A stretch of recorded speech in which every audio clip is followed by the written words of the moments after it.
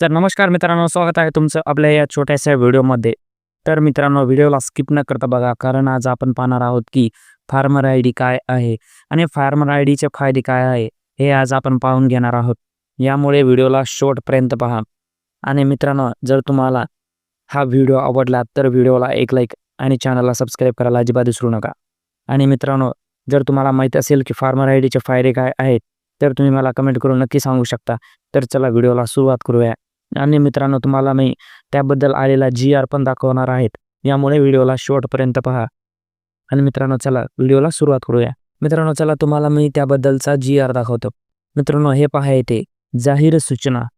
सर्व शेतकरी बंधूंना सूचना आहेत. सर्व 7/12 धारक शेतकऱ्यांना सूचित करण्यात येते की ॲग्रिस्टॅक योजना अंतर्गत आपला 7/12 आधाराला लिंक करायचा आहे, जेणेकरून तुम्हाला एक फार्मर आयडी मिळेल, ज्याद्वारे भविष्यातील सर्व योजनांचा लाभ तुम्हाला याद्वारे घेता येईल.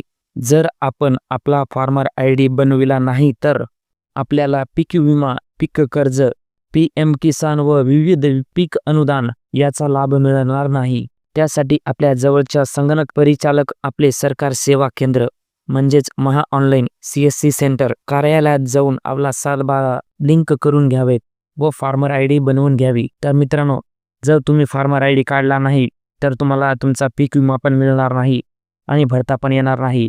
त्यानंतर पीक कर्ज पण मिळणार नाही. महिन्याचे 2,000 रुपये मिळतात, तो पण बंद होईल.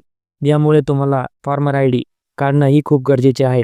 तर मित्रांनो, त्यासाठी लागणारी कागदपत्रे हे पहा. पहिला आधार कार्ड, त्यानंतर मोबाईल नंबर कोणता आधाराला लिंक पाहिजे तो मोबाईल नंबर. त्यानंतर मोबाईल क्रमांक हा बँक खात्याशी लिंक असावा. जर तुमचे मोबाईल नंबर बँक खात्याशी लिंक नसेल तर तुम्ही मोबाईल क्रमांक हा बँक खात्याशी लिंक करून घ्यावा. त्यानंतर 7/12 नमुना 8 7/12 तुम्ही मोबाईलवरून पण डाउनलोड करू शकता.